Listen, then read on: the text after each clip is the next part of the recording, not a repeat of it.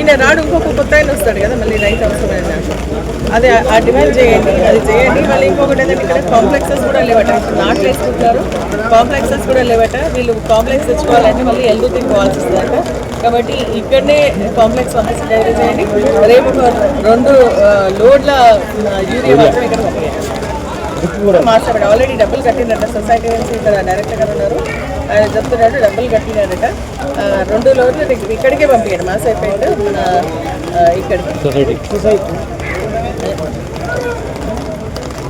ఇక్కడికి ఇప్పుడు ఒకటి వచ్చింది. వీలైతే ఇప్పుడు ఇంకొకటి కూడా పంపించండి. రేపు మాత్రం 2 పంపించేసేయండి. మరి కాంప్లెక్సెస్ కూడా నెట్ పంపించండి. స్వయంగా రైతులే వారి యొక్క ఆవేదనను వ్యక్తం చేస్తూ ఉన్నారు.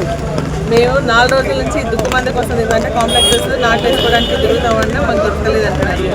ఇక్కడ ఎకరాకు ఒకటే సంచి ఇస్తున్నారు యూరియా. కాబట్టి మేము నార్సింగ్ పోయి చెప్పులు పెట్టేస్తున్నాం, మేడ్చల్ పోయి చెప్పులు పెట్టేస్తున్నాం చెప్పిన పరిస్థితి వచ్చింది. అంటే గతంలో ఇటువంటి పరిస్థితి లేదు, ఇప్పుడు ఎందుకు వస్తుంది?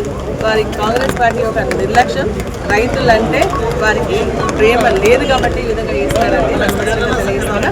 నేను అగ్రికల్చర్ ఆఫీసర్స్తో మాట్లాడి దుక్కుమంది ఇక్కడికి వచ్చేటట్టుగా యూరియా కూడా ఇక్కడికి సెట్ అయ్యేటట్టుగా మాట్లాడతానని వారికి చెప్పడం జరుగుతుంది.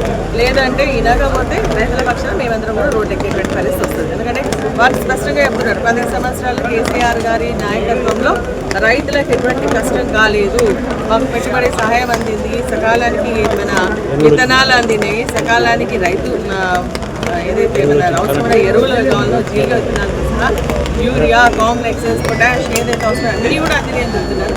మరి ఇప్పుడేమో అందుతలేమో కాబట్టి ఖచ్చితంగా వారి పక్షాన మేము కొట్లాడతాం. వారికి అంది వచ్చే విధంగా